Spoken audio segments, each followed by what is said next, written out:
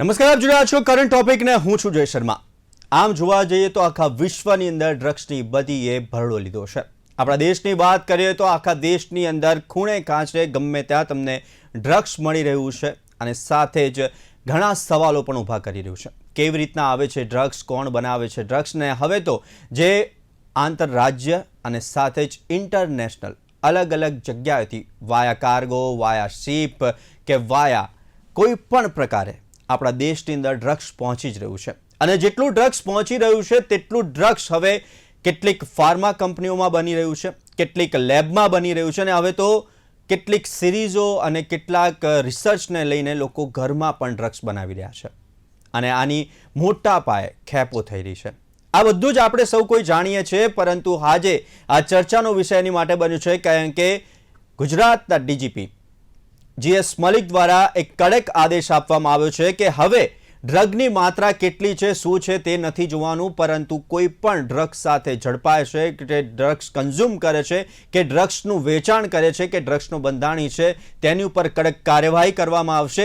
જે બંધાણી છે તેને છોડાવવા માટેની, ડ્રગ્સની લત છે તે છોડવા માટેની પણ જેટલા પ્રયત્ન થતા હશે સરકારથી તે કરવામાં આવશે। અને ખાસ તેમણે કહ્યું છે કે જ્યારે રાજ્યની અંદર બહારની એજન્સીઓ કે અન્ય રાજ્યની પોલીસ દ્વારા જો કોઈ પણ પ્રકારનું ડ્રગ્સ સિન્ડિકેટ પકડી પાડવામાં આવશે તો તેની જવાબદારી તે વિસ્તારના પીઆઈની રહેશે, તો તેની ઉપર પણ કડક કાર્યવાહી હાથ ધરવામાં આવશે। સવાલ એ થઈ રહ્યો છે કે આટલું બધું ડ્રગ્સ ક્યાંથી આવી રહ્યું છે, કેવી રીતના આવી રહ્યું છે અને કેટલા કન્ઝ્યુમર્સ છે, કેમ કે ડ્રગ્સની બધી દિવસે ને દિવસે વધી રહી છે। આમ જોવા જઈએ તો દેશની અંદર આપણે રાજ્યની વાત કરીએ તો રાજ્યની અંદર ડ્રગ્સ પહેલાં ક્યાંક કહેવાતું હતું કે ચરસ અને ગાંજો અને અલગ અલગ પ્રકારના ડ્રગ્સ હતા, પરંતુ હવે સિન્થેટિક ડ્રગ્સ છે જે એન કેન પ્રકારે આપણા રાજ્યની અંદર આવી રહ્યા છે અને રાજ્યની અંદર જ બની રહ્યા છે। એક આ મોટી ગંભીર ઘટના સામે આવી છે, તે જ વિશે કરીશું ચર્ચા। અને આ ચર્ચા કરવા માટે આપણી સાથે ગેસ્ટ પેનલમાં જોડાઈ ગયા છે અશોકદાન ગઢવી કે જેઓ રિટાયર્ડ પીઆઈ છે અને સાથે જ આપણી સાથે જોડાયા છે સાગર બ્રહ્મભટ્ટ કે જેઓ ડ્રગ એક્ટિવિસ્ટ છે, કર્મ ફાઉન્ડેશન સાથે જોડાયેલા છે। સાગરભાઈ અને અશોકદાન, આપનું સ્વાગત છે।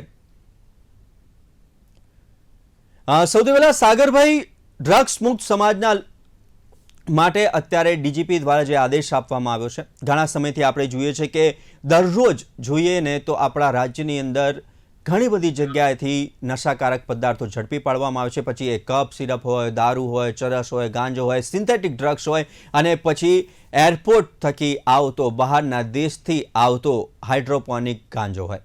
ઘણા બધા સબસ્ટેન્સ છે, ઘણી બધા ડ્રગ્સ છે, પરંતુ સવાલ એ થઈ રહ્યો છે કે જ્યારે આ પ્રકારની ઘટનાઓ ઘટી રહી છે તો આ ડ્રગ્સની ઇફેક્ટ શું થઈ રહી છે, આવનારી પેઢીઓ પર તેની અસર શું જોવા મળી શકે છે?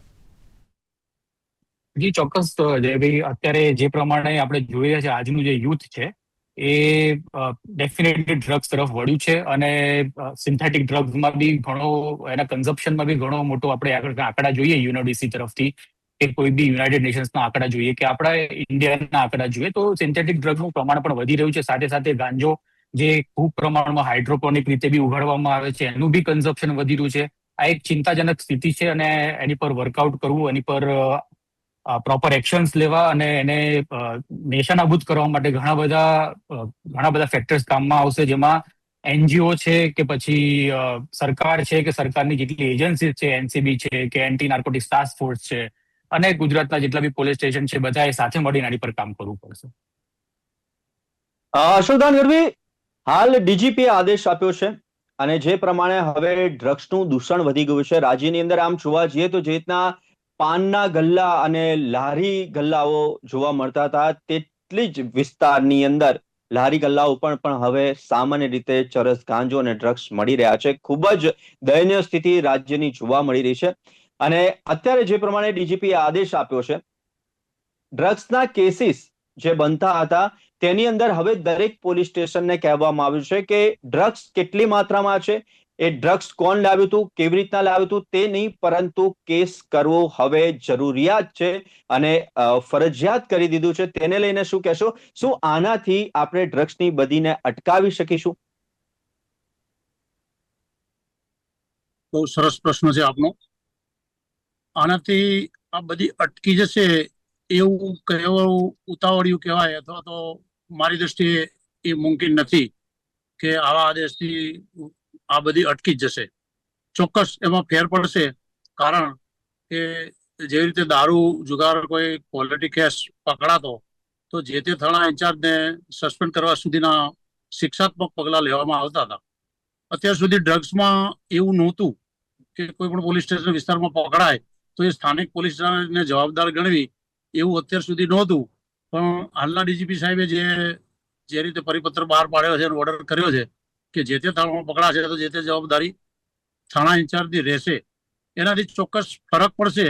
પરંતુ જે આ સિન્થેટિક ડ્રગ છે એ મોટી માત્રામાં જે આવે છે એ એટીએસ, એનસીબી, વિવિધ જે નાર્કોટિક્સ વિરુદ્ધની સંસ્થાઓ છે એ લોકો અવારનવાર બહુ મોટી માત્રામાં ડ્રગ્સ પકડાય છે.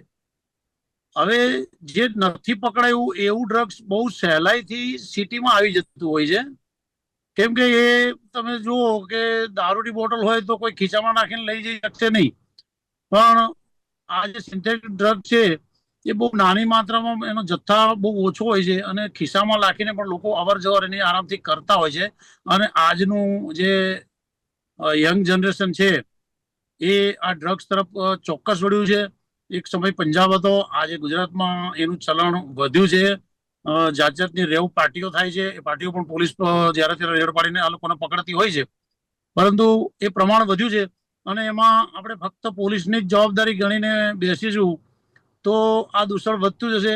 એના માટે એનજીઓ, દરેક વાલીની પણ જવાબદારી છે, સ્વૈચ્છિક સંસ્થાઓની પણ જવાબદારી છે કે આવું ડ્રગ્સ ક્યાંય વેચાતું હોય તો તાત્કાલિક કોઈ પોલીસને જાણ કરવી, અથવા તો પોતાના બાળકો મોડી રાત સુધી નથી આવતા તો જાય છે તો ક્યાં જાય છે, શું કરે છે, એનું પણ ધ્યાન રાખવું પડશે. તો જ આ ડ્રગ્સની જે પ્રવૃત્તિ છે એને આપણે ડામી શકીશું. ખાલી પોલીસ ઉપર આધાર રાખી બેસીએ તો એ શક્ય નથી. અશોકભાઈ, ખૂબ જ સરસ આપે વાત કરી કે પોલીસ અધિકારીઓ તેમના કામ કરી રહ્યા છે, અલગ અલગ ડિપાર્ટમેન્ટ છે, એટીએસ છે, એસઓજી છે, તે તેમનું કામ કરી જ રહ્યું છે. પરંતુ એક જાગૃત નાગરિક તરીકે તમારા વિસ્તારની આજુબાજુમાં કંઈ પણ ઘટનાઓ બનતી હોય કે આ પ્રકારનું વેચાણ થતું હોય તો અશોકભાઈ, બીજો એક સવાલ એ પણ થાય છે કે જાગૃત નાગરિક તરીકે કોઈને કહેવું છે કે પોલીસને હું જાણ કરું, પરંતુ ઘણી બધી વાર એવા કિસ્સાઓ બને છે કે પોલીસને ફોન કરે ત્યારબાદ એ વ્યક્તિને જ ટાર્ગેટ કરવામાં આવે છે કે આણે તમારી બાતમી આપી છે. તેવા ઘણા કિસ્સાઓ પણ સામે આવ્યા છે. પોલીસ તેની ફરજ નિભાવી જ રહી છે અને પોલીસ તંત્ર કામ કરી જ રહ્યું છે, પરંતુ કેટલાક વિસ્તારોની અંદર, કેટલીક જગ્યાએ અને કેટલાક કેસની અંદર પોલીસની પણ ક્યાંક શંકાસ્પદ જે પ્રક્રિયા છે એ પણ સામે આવતી હોય છે. કેટલીક વાર આપણે જોયું છે કે ડ્રગ્સના જથ્થા સાથે પોલીસ પણ ઝડપાય છે, કે પોલીસ પણ આ કારોબારમાં ધીરે ધીરે આવી છે. તેને લઈને શું કહેશો? જો બહુ સહેલાઈથી અને બહુ મોટા પ્રમાણમાં જેને કહેવાય પ્રોફિટ મેળવવાની લાલચમાં ઘણા પોલીસ પણ આવી જાય છે અને એ પકડાઈ પણ જાય છે અને એમની સાથે કાયદેસરની કાર્યવાહી જેવી રીતે પબ્લિક સાથે કરવામાં આવે છે એવી જ પોલીસ સાથે કરવામાં આવે છે. કેમ કે ડ્રગ્સનો આરોપી કોઈ પણ હોય એને કોઈ છોડતું નથી. રહી વાત એ કે આપણે કોઈને માહિતી આપશું, આપણું નામ જાહેર થઈ જશે, તો બને ત્યાં સુધી મારા આટલા વર્ષનો અનુભવ પ્રમાણે હું કહું તો બાતમીદારનું નામ ક્યારેય પોલીસ આપતી નથી. પરંતુ કોઈક કિસ્સામાં એવું બન્યું પણ હોય તો હું તો જાહેર જનતાને અપીલ કરું છું કે જે તે પોલીસ સ્ટેશન વિસ્તારમાં તમને ક્યાંય આવું શંકાસ્પદ પ્રવૃત્તિ લાગતી હોય ડ્રગ્સની, તો જે તે પોલીસ સ્ટેશનના ઇન્ચાર્જને તમે માહિતી આપો ને. જી, સ્ટેશન ઇન્ચાર્જ હોય એ ગેજેટેડ ઓફિસર છે, પોલીસ ઇન્સ્પેક્ટર હોય, એને તમે ડાયરેક્ટ જઈને માહિતી આપી શકો છો. ભાઈ મારે એક માહિતી તમને આપવાની છે, તમારું નામ પણ એ નહીં પૂછે તારું શું નામ છે, તમે તમારું નામ પણ ના આપો. બાતમીદારનું નામ હંમેશા ખાનગી રહેશે અને પોલીસ ઓફિસરને પણ એમના ઉપરના ઉપલી ઓફિસરને જણાવવાની જરૂર હોતી નથી કે તમને કોણે બાતમી આપી હતી. કોર્ટ પણ પૂછી શકતી નથી. બાતમીદારનું નામ હંમેશા ગુપ્ત રાખવામાં આવે છે. એવી રીતે તમારા પોલીસ સ્ટેશન વિસ્તારમાં તમે જે તે પોલીસ ઇન્સ્પેક્ટર હોય એને તમારું નામ આપ્યા વગર તમે એને પૂરેપૂરી માહિતી આપી દો તો એ આગળની કાર્યવાહી કરશે અને તમારું નામ ક્યાં આવવાનું જ નથી, તમે નામ એટલે કે આપવાનું જ હવે નથી. પોલીસની પડખે જાગૃત નાગરિકોએ આવવું પડશે. યસ, સાગરભાઈ, ઘણા બધા એનજીઓસ કામ કરી રહ્યા છે આની ઉપર, ઘણા બધા એક્ટિવિસ્ટ આની ઉપર કામ કરી રહ્યા છે, પરંતુ આ બધી એવી આવી ગઈ છે કે જેને આપણે કહી શકાય નેસ્તો નાબૂદ તો નથી કરી શકવાના, કારણ કે જે પ્રમાણે વધી ગયું છે, તમે કોઈ પણ ચાર રસ્તા કે કોઈ પણ વિસ્તારના કોઈ પણ ગલ્લા ઉપર કે કોઈક એવા ખૂણા ખૂંચામાં તમે જઈને પૂછો કોઈને બી, એ પછી એ રિક્ષાવાળા હોય, પેડલ રિક્ષાવાળા હોય કે ત્યાં પાનનો ગલ્લો ચલાવતા હોય, એ તમને છેલ્લામાં છેલ્લે એક સોસાયટી કે પછી કે અહીંયા તમને મળી જશે એવું તો જણાવી જ દેશે. એટલે આ બધી જોવા જઈએ તો કરોળિયાના જાળાની જેમ આખા રાજ્યની અંદર વિસ્તરી ગઈ છે. આપ ડ્રગ એક્ટિવિસ્ટો કેવા ઘણા પ્રકારના કેસીસ આપણી સામે સામે આવતા હશે. તો યુથ અત્યારે જે પ્રકારના ડ્રગ્સ લઈ રહ્યું છે, એક સામાન્ય જો કહેવા જઈએ તો પહેલા કહેવાતું હતું કે એનડીપીએસ ની અંદર ચરસ કહેતા હતા, કે ગાંજો કહેતા હતા, કે સિરપનું ચલણ હતું. પરંતુ અત્યારે જે પ્રમાણે ડ્રગ્સ આવી રહ્યા છે, અલગ અલગ નામના અલગ અલગ ફોર્મેટમાં ડ્રગ્સ આવી રહ્યા છે, એટલે પકડવું પણ ઘણું મુશ્કેલ બન્યું છે. જે બી આના બે પાસા છે. એક તો નંબર વન કે જે ડીજીપી સરે જે આદેશ આપ્યો છે બહુ જ સારો છે અને સ્વીકારવાજનક આદેશ છે કે ઘણી બધી વખતે જેમ તમે એમ કીધું કે પોલીસ વાળા બી ઘણીવાર પકડતા હોય છે, પણ ઘણા કેસીસમાં, અમારા કેસીસમાં એવું બી જોયું છે કે ઘણીવાર જયારે એ લોકો ઉપડી જગ્યાએ જાય છે તો ત્યારે એમને પણ એ નજરે જોવામાં આવે છે. એટલે ઘણી બધી વસ્તુની અંદર આપણે વર્કઆઉટ થોડું કરવું જરૂરી છે. પ્લસ પોલીસની ટ્રેનિંગ જે ડ્રગ્સને આઈડેન્ટિફાઈ કરવા અને ડ્રગ્સના વસ્તુ પર કઈ વસ્તુ અત્યારે ચાલી, કારણ કે અત્યારે તમે જોવા જાઓ તો ઘણા બધા એવા એડવાન્સ ડ્રગ્સ આવી ગયા છે જેની ટ્રેનિંગ પોલીસને પણ આપવી જરૂરી છે. એટલે એ લેવલ પર કામ કરવાની પણ વધારે જરૂર છે કે આપણે જેમ કે કીધું કે બ્લેમ ગેમ જેવું કહેવાય કે ભાઈ પોલીસને આપણે કહી દઈએ કે ભાઈ તમે આવું પકડવાનું, પણ એમને કદાચ એ વસ્તુનું નોલેજ પણ ના હોય, એવું બી ઘણા બધી જગ્યાએ બનતું હોય છે. એટલે એઝ અ એનજીઓ અમે આ રીતે તમારા માધ્યમથી હું તમને મેસેજ બી આપવા માંગુ છું કે અમારી પાસે એવા લોકો પણ છે જે પોલીસને ટ્રેનિંગ આપી શકે અને પોલીસના ટ્રેનિંગમાં આ સબ્જેક્ટ માટે ઘણું વર્કઆઉટ બી કરી શકે એવા છે અને સાથે મળીને કામ કરવું પડે એવું છે. બાકી બ્લેમ ગેમમાં તો આપણે પાછળ રહી જઈશું અને જે છોકરાઓ આપણા યુથ છે, યુથ હજી બગડતું જશે. એટલે આની પર વર્કઆઉટ કરવું બહુ જ જરૂરી છે જયભાઈ. સાગરભાઈ, અત્યાર સુધી આપણે જોયું કે ચરસ, ગાંજો, સિરપ કે પછી પેલી અલગ અલગ પ્રકારના પાવડર ફોર્મમાં જે ડ્રગ્સ આવતા હતા, હવે તેનાથી જે બધા એડવાન્સ ડ્રગ્સ આવી ગયા છે, જે એલએસડી છે, પછી હાઇડ્રોપોનિક ગાંજો કહે છે, એ બધાની અસર કેવી હોય છે યુથ ઉપર, અને લાંબા ગાળે તેમની બોડી અને તેમના માઇન્ડ ઉપર તેની શું અસર પડી શકે છે? બહુ જ સારો ક્વેશ્ચન છે. જે ડ્રગ્સ છે ડેફિનેટલી એ કોઈ દિવસ કોઈને બી મદદરૂપ થતું નથી. ગાંજામાં એવું લોકોનું કન્સેપ્શન હોય છે કે ભાઈ ઘણી વાર અમે સ્કૂલ્સ અને કોલેજીસમાં આવી રીતે લેક્ચર્સ માટે જતા હોય તો એ લોકો અમને એવું ક્રોસ ક્વેશ્ચન બી પૂછતા હોય છે કે ભાઈ ઘણી બધી કન્ટ્રીઝની અંદર ગાંજો તો લીગલ કર્યો છે, ઇન્ડિયાની અંદર કેમ લીગલ નથી કરતા? પણ એ લોકો પાસે નોલેજ નથી, એજ્યુકેશનનો અભાવ છે. એમને ખબર નથી કે લાંબા ગાળે આ તમારા માઇન્ડ પર કેટલી ખરાબ અસર કરે છે. અમે ઘણા બધા સર્વેઝના કેસીસમાં એવું પણ જોયું છે કે જે છોકરો નોર્મલ બાળક હોય અને જે છોકરો ડ્રગ લેતો હોય, એડિક્ટ્સને અમે સાથે રાખીને એવા રિસર્ચ બી કરેલા છે કે એના મગજ પર, એના સેન્ટ્રલ નર્વસ સિસ્ટમ પર કેટલી ખરાબ અસર થાય છે અને એ ડેફિનેટલી કોઈ બી રીતે એને મદદરૂપ થતું નથી. એનું માઇન્ડ ટેમ્પરરી સ્ટોપ કરી નાખે છે. એટલે એને એવું લાગતું હોય કે અમે ફોકસ વધારે કરી શકતા હોય, પણ લાંબા ગાળે એના માઇન્ડ અને એના શરીર પર, પ્લસ એનું આખું શરીર ખરાબ કરી નાખે છે. એટલી ખરાબ અસરો જોવા મળેલી છે. અને એડિક્ટ્સને અમે રોજ બરોજ જોતા હોય છે, કયા લેવલના એડિક્ટ્સ હોય છે. ઇવન પોલીસ પણ જોતી હશે, એમને જો કોઈ એડિક્ટને પકડ્યો હશે યા કોઈ ગાંજાવાળા માણસને પકડ્યો હશે, પોલીસ સ્ટેશનની અંદર જો તમે એને એ વસ્તુ ના આપો તો એ માણસ ધમપછાડા કરે છે અને મરી જવાની બધી ધમકીઓ બી આપે છે. એવા બી કેસીસ અમે જોયેલા છે. અશોકભાઈ, આવા કેસીસ આપના ધ્યાનમાં કોઈ આયા હોય ને તમે કોઈ એવા વિક્ટિમને પકડ્યા હોય, તેની કોઈ યાદ?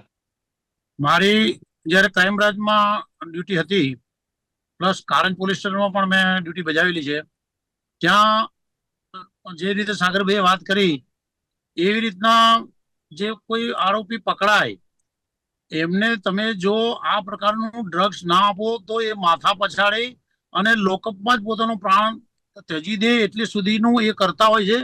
એટલે પોલીસે આ આપણે કહું કે કેવું ના જોઈએ જાહેર મંચ ઉપરથી, પણ છતાં પણ પોલીસ એની માટે વ્યવસ્થા કરીને પણ એમને આ વસ્તુ ગમે તે રીતે પ્રોવાઈડ કરી કોઈના થ્રુ, અને એમને જીવતો રાખી 2 દિવસના રિમાન્ડ મળ્યા હોય તો રિમાન્ડ દરમિયાન એને મોકલી આપે છે. નહીતર એ શું કરે, લોકઅપમાં જ માથું પછાડીને ત્યાં મરી જાય. હવે આ માણસ ડ્રગિસ્ટ હોય, ઘરમાંથી કાઢી મૂકેલો હોય, પરંતુ જયારે પોલીસ સ્ટેશનમાં આવી રીતે થાય તો પછી પોલીસ ઉપર જ આ બધી આખરે પબ્લિક કે બધા પોલીસ ઉપર જ આવી પડે, ભાઈ આ પોલીસે મારી નાખ્યો, પોલીસના મારથી મરી ગયો, વગેરે વગેરે.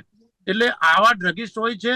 અને આ જે ડ્રગિસ્ટ છે એ નશો કરે એટલી વાર એ પેલા ભાનમાંથી બેભાન જેવા પછી પડ્યા રહેતા હોય છે, જાત જાતના નશા કરતા હોય છે આ લોકો. પણ એ નશો કરવા વાળા પોતાના ઘરના વાસણો વેચી દેતા હોય છે, કોઈને પણ મારી દેતા હોય છે, એના મા બાપને પણ મારી દેતા હોય છે.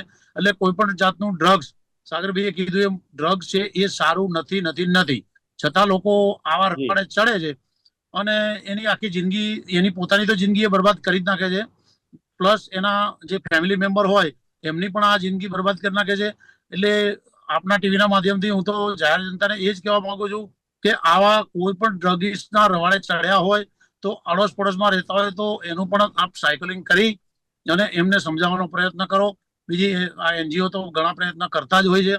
તો જ્યાં સુધી પબ્લિકમાં જાગૃતિ નહીં આવે ને ત્યાં સુધી આ ડ્રગ્સનું દૂષણ એકદમ નાબૂદ થઈ જશે એ કહેવું અશક્ય છે. અશોકભાઈ, બીજો સવાલ એ થઈ રહ્યો છે કે ઘણી બધી વાર આપણે જોઈએ છે કે રાજ્યની પોલીસ જે જગ્યાએ નથી પહોંચી શકતી, ડ્રગ સિન્ડિકેટ કે ડ્રગ્સનો જે વેપલો થતો હોય ત્યાં, પરંતુ ત્યાં બીજા કોઈ રાજ્યની પોલીસ આવીને, બીજી કોઈ રાજ્યની ટીમ આવીને એ ઓપરેશનને પાર પાડતી હોય છે. તેને લઈને શું કહેશો? શું સ્થાનિક પોલીસ આનાથી અજાણ હોય છે કે પછી આંખ આડા કાન?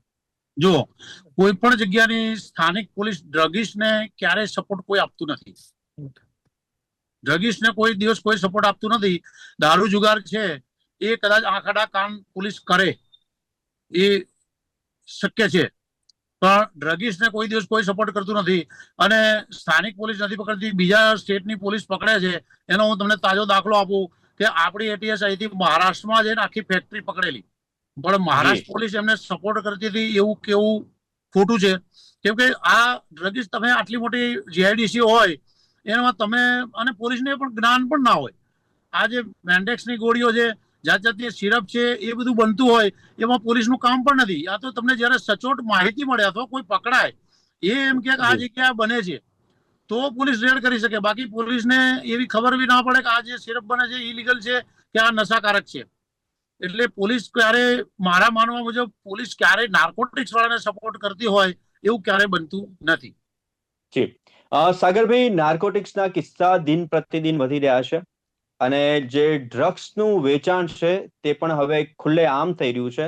બીજો સવાલ એ થઈ રહ્યો છે કે ડ્રગ્સ જેટલું આપણે કહીએ છીએ કે બાય સીપ આવી રહ્યા છે કે બાય બોર્ડર આવી રહ્યા છે. આપણે ઘણી વાર જોઈએ છે કે કચ્છના જખો બંદરથી આપણે ચરસના પેકેટ મળી જાય છે. દ્વારકા હોટસ્પોટ બન્યું છે. આ બધું તો ઠીક, આની ઉપર તો પોલીસ કાર્યવાહી કરી રહી છે, પકડી રહી છે, પરંતુ જે ઘરમાં હવે લેબ બની ગઈ છે તેનું શું કરીશું?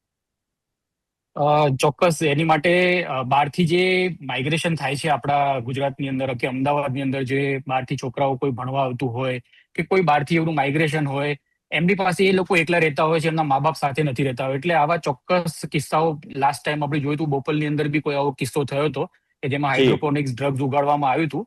આ બધું શક્ય છે અને આ બધાનું ઇન્સ્પિરેશન ક્યાંક ને ક્યાંક એક તો પૈસો આડી રીતે ફટાફટ કમાવો એક બધું મોટું માધ્યમ છે. બીજું બધી વેબ સિરીઝના માધ્યમથી એ લોકોને બહુ જ ઇઝી ઇન્ફોર્મેશન મળી જાય છે. પ્લસ આજે ત્રીજી વસ્તુ જે લોકોના મગજમાં મિસકન્સેપ્શન છે કે ભાઈ ગાંજો તો સારો અને અમારી હેલ્થ માટે સારો, એવા બી કિસ્સાઓ જોવા મળતા હોય છે કે લોકો એમ કહે છે કે ગાંજા લેવાથી કેન્સર જેવી દવાઓ મટી જાય છે, કેન્સર મટી જાય છે.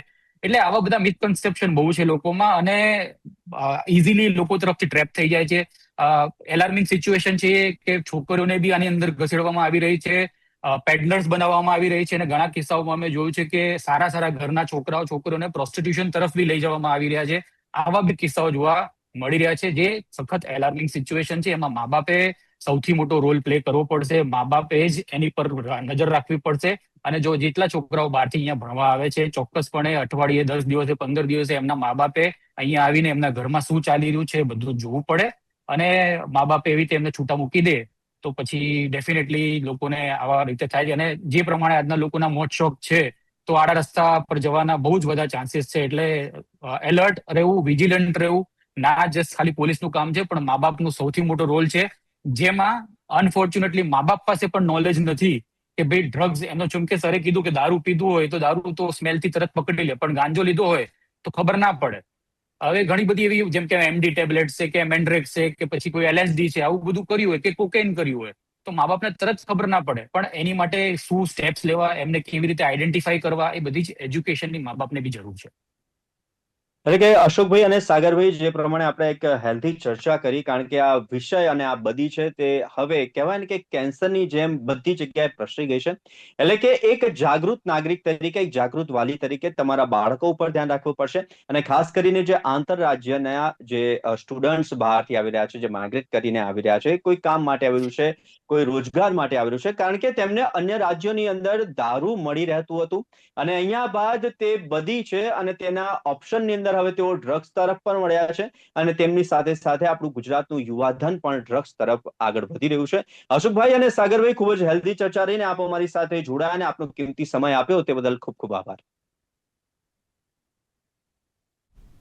તો હવે ડ્રગ્સ પેડલરો અને ડ્રગ્સ માફિયાઓની ખેર નહીં, કારણ કે ડીજીપી GS મલિક દ્વારા જે આદેશ આપવામાં આવ્યો છે કે કોઈ પણ માત્રામાં, કેવી પણ હાલતમાં કોઈ પણ વ્યક્તિ પકડાશે તો તેની ઉપર કેસ જરૂરથી થશે. અને જો કેસ ન થયો તો તે જે વિસ્તાર છે તે વિસ્તારની અંદર ડ્રગ્સનું દૂષણ ચાલી રહ્યું છે અને તે કોઈ અન્ય રાજ્યની ટીમ આવીને તેની ઉપર રેડ કરશે તો તેનો જવાબદાર તે સ્થાનિક PI પણ ગણવામાં આવશે.